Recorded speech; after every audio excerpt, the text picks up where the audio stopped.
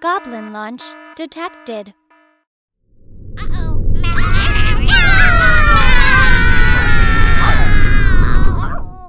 This video is sponsored by Cool Stuff Inc.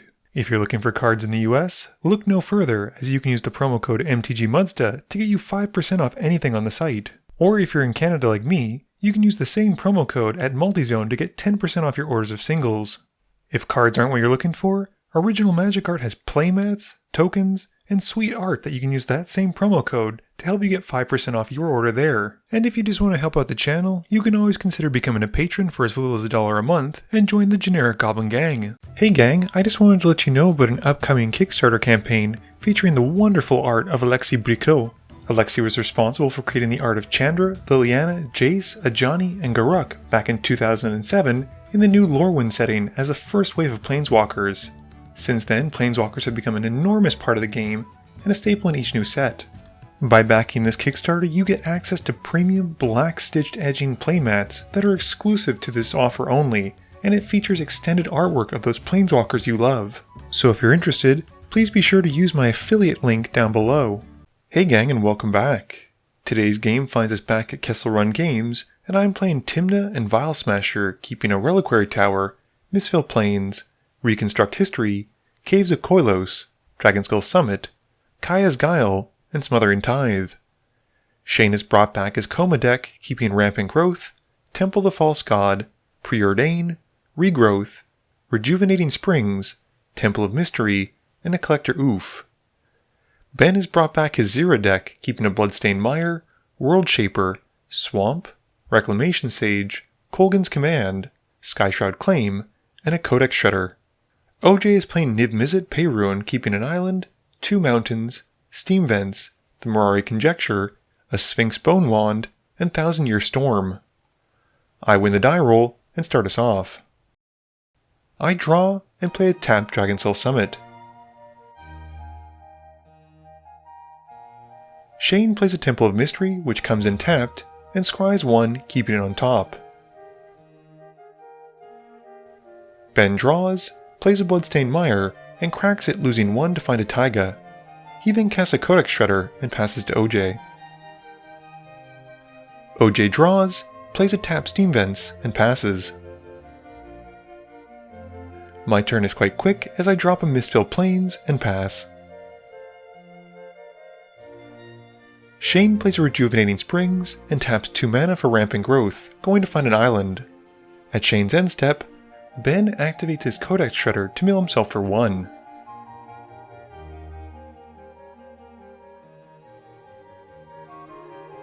Ben draws for turn, and once more activates the Codex Shredder, milling Shane for 1 this time. Ben then plays a Bojuka Bog, exiling Shane's graveyard, and passing turn. OJ draws, plays an island, and casts a Corrupted Graphstone.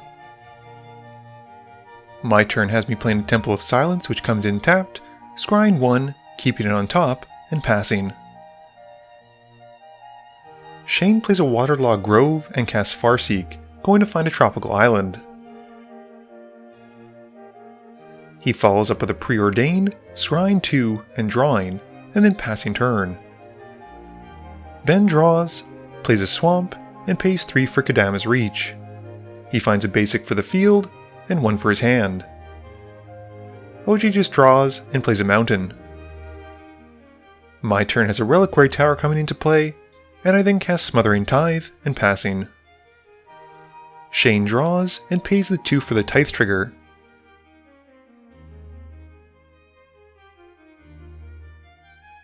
He casts an Eternal Witness, losing a life to the Waterlogged Grove for a green, and it comes in and returns Preordain to his hand.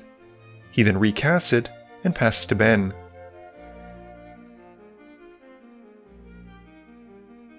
Ben declines to pay the 2 when he draws a card, and plays a Strip Mine, and then taps 4 for Skyshroud Claim. He finds a Bayou and a Forest, and once that's done, casts Reclamation Sage, who enters and blows up my Tithe. Once that's done, he passes to OJ. OJ draws and plays a mountain. He then casts Stitch in Time, but unfortunately isn't able to land a heads. This means he doesn't take an extra turn, and with nothing else, he passes. I draw and play a swamp. I cast Orzhov's Signet, and then go to cast Primal Amulet. OJ responds by countering this with Counterspell, and after that, I pass turn. Shane draws and plays a Temple of the False God. He then casts Swiftfoot Boots, and follows up with a Doubling Season, and passes. Ben plays a Forest and casts World Shaper. He follows up by casting his commander, Xira, and moves to combat. He swings the Reclamation Sage at me for 2, and once it connects, passes to OJ. OJ draws but has no land drop for the turn, and has to pass to me. I draw and play Caves of Koilos and ship it to Shane. Shane plays an Exotic Orchard for turn. Shane then casts a Collector Oof, shutting down all the activated ability of artifacts on the field, and passes to Ben. Ben draws, and then activates his commander to draw another card. He moves to combat, and swings the World Shaper at Shane, milling 3 cards, and then dealing 3. In Ben's post-combat main phase, he casts a Maelstrom Pulse on the Doubling Season, and once that's done, passes turn. OJ draws, but with his Graphstone locked out, can't do very much, and has to pass. At the end of turn, I cast Heartwarming Redemption, discarding my hand to draw a new one, and gain 4 life. I draw for turn, and play a Mountain. I cast Faithless Looting, drawing 2, and discarding 2. And then follow up with one of my commanders, Tymna. Shane draws and plays an island. He then casts Koma, and in a misunderstanding, equips the Swiftfoot Boots to his commander and passes to Ben. Shane goes to make a Serpent on Ben's upkeep, and Ben then draws for turn. He then activates Xira, hoping to hit a land, but unfortunately whiffs and passes turn. Shane makes a Serpent on OJ's upkeep, and OJ draws but misses another land drop and has to pass. On my upkeep, Shane makes another Serpent token, and I draw and move to combat. I swing Tymna at OJ for 2, dealing 2, gaining 2, and in my post-combat main phase, losing a life to draw a card. I then cast Dark Petition and have Spell Mastery active, gaining 3 black mana floating. I use that mana and the rest of my lands to cast a Nightmare Unmaking, and choose the mode that'll exile Koma, but unfortunately it hits nothing else. After that, I pass to Shane. Shane draws and casts Regrowth, returning to hand Doubling Season. He then recasts the Doubling Season, but OJ's ready with a Swan Song, and Shane then passes to Ben. Ben draws for turn, and activates his commander again to draw yet another card from her. He plays a Dark Moss Bridge after that. He then moves to combat, and swings at me with the World Shaper, milling 3, and then dealing 3. After that, he passes to OJ. OJ draws and still can't find another land, and has to pass turn. My turn has me casting the cut half of Cut to Ribbons on the Collector Oof. Ben responds by trying to Imp's Mischief it to Tymna, but OJ counters the Imp's Mischief with a Sinister Sabotage because he wants to be able to use his Graphstone. With the Oof dead, I then cast a Soul Ring and flashback Faithless Looting.